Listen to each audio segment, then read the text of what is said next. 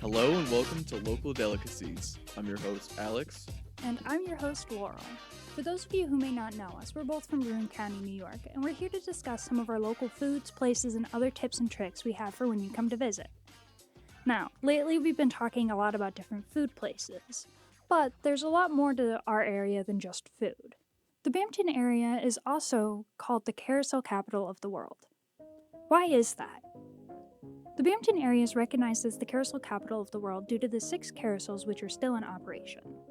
These carousels were donated to the city between 1919 and 1934 by George F. Johnson, a wealthy American businessman best known for his Endicott Johnson Shoe Company.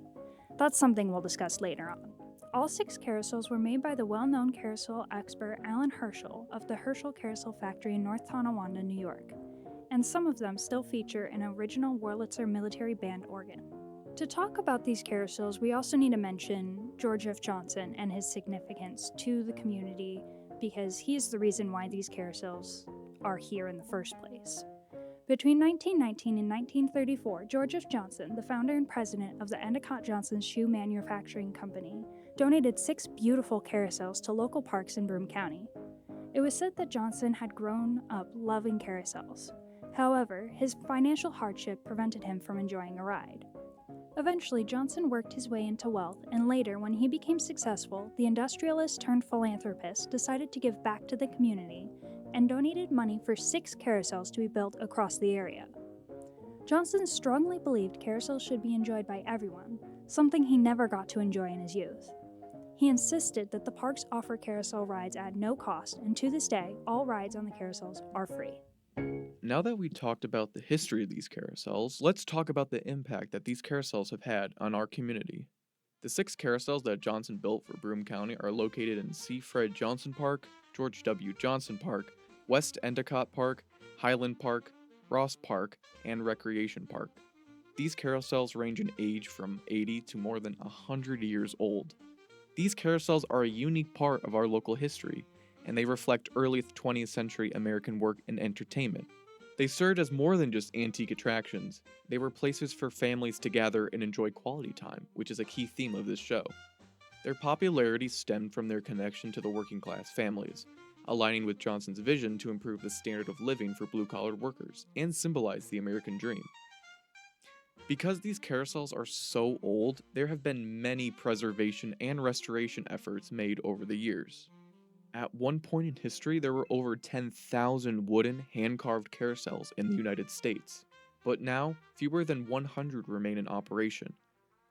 Out of the 75 original Herschel carousels ever made, only 19 still exist today, and Broome County is home to the only collection of its kind in the world.